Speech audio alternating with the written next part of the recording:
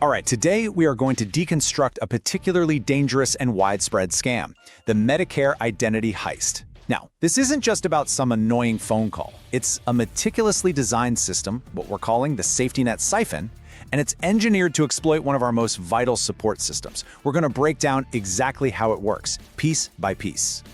And right away, we hit this core paradox. The call always sounds like it's about protecting you, right? Making sure your benefits are secure. But it's literally the exact opposite. They're using the language of help to pull off a heist. It's a full-on assault on your security, but it's disguised as just a routine, helpful update. So here's how we're going to break it down. We'll look at the psychological entry point, the environment that lets these scams thrive, the scammers' step-by-step playbook, the mental shortcuts they exploit, how to build a rock-solid defense, and finally, one simple rule to remember that changes everything. Okay, let's start with how they get in. The entry point isn't technical, it's psychological. It's all built around our own sense of duty. Scammers have figured out how to weaponize our desire to be responsible. So how does this actually happen? How does just trying to do the right thing, taking a call about your benefits, making sure everything's in order, suddenly become a massive liability? Well, that instinct, your conscientiousness, is exactly what the scammer is banking on. They use it to lower your guard and trick you into participating in your own identity theft. See, to a scammer, your Medicare card isn't just a piece of plastic that gets you healthcare. No way. It's a master key. It unlocks your personal data, your bank accounts, and, most importantly, a billing system they can exploit for tens, even hundreds of thousands of dollars. They don't see a patient, they see a payday. And this gets to the core emotion they manipulate, survival anxiety. It's that deep, primal fear that if you lose your healthcare coverage, your life is genuinely at risk. By triggering that anxiety, they completely bypass your rational brain, and suddenly the stranger on the phone isn't a threat anymore. They become a bureaucratic guardian, the only one who can save you. Now, this whole psychological game doesn't just happen in a vacuum. It absolutely thrives in the complicated and, let's be honest, often confusing world of bureaucracy. Scammers use that fog of paperwork and complex rules to their advantage. So let's be crystal clear about what this is. This is so much more than a simple spam call or a financial scam. This is medical identity theft. When they steal your Medicare number, they don't just drain an account. They start billing for phantom surgeries, for medical equipment you never get. And this corrupts your official medical record, which could actually block you from getting real care you might need later on. They do this by manufacturing a crisis. They invent a suspension emergency out of thin air. They'll use all this complex, official-sounding jargon to create what we call an administrative fog that's so dense you feel totally lost and powerless. The entire goal is to make you feel like the only way out of this sudden, terrifying mess is to do exactly what they say, right now, no questions asked. And the consequences? They're just staggering. It is not uncommon for a single stolen Medicare number to be used for $50,000 in fraudulent services. Think about that. Months later, you might get a statement in the mail for surgeries you never even had. The financial damage is devastating, for sure, but the feeling of realizing your safety net has been completely hollowed out is just profound. Okay, so now we understand the psychology and the environment. Let's really look at the scam itself. We can actually break it down into a predictable, step-by-step process. This is the anatomy of the siphon. The whole scam follows this precise 5-phase sequence. It starts by creating false authority, then it offers a fake solution to a problem that doesn't exist. It moves into what feels like a routine verification, but that's actually the moment of the heist. And it ends with a clean getaway that leaves you thinking you just dodged a bullet. Phase 1 is title inflation. The call isn't from some vague benefits department. Oh no, it's from the Medicare Processing Hub or the Senior Enrollment Center. They use these big, stuffy, bureaucratic titles to create an instant, unearned layer of authority. Next up is the hook, and this part is really clever. They don't ask you for anything, they offer you something. They'll say your current card is insecure and that a new chip card is mandatory to protect you. See what they did there? They're framing the scam as a security upgrade, which makes you want to participate. And that leads right into the critical phases, verification and extraction. First, they'll confirm information they probably already have, like your name and address, which makes them seem totally legit.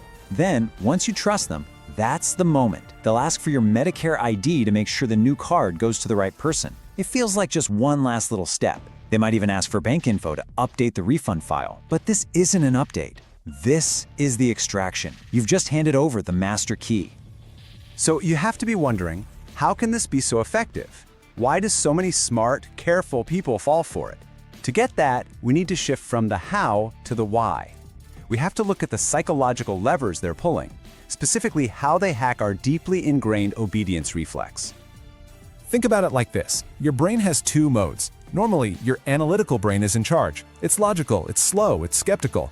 But when a scammer creates that urgency and uses all that official jargon, they trigger your obedience reflex. That part of your brain is fast, it's trusting, and it's just wired to comply with authority.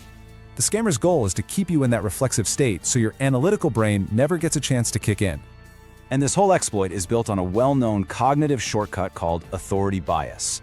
We are all socially conditioned to obey people who sound official, who use the right language, who project that air of professionalism. The scammer isn't hacking the government, they're hacking your trust in the system itself. And listen, this isn't a personal failing, it is a universal human vulnerability. Their technique is perfect. They act as a bureaucratic mirror. They perfectly mimic the calm, professional, maybe even slightly bored tone of a real government clerk. They sound exactly like who they claim to be. So by the time your logical brain starts to ask questions, your obedience reflex has already taken over and said yes. Okay, understanding the attack is half the battle. Now, let's build the defense.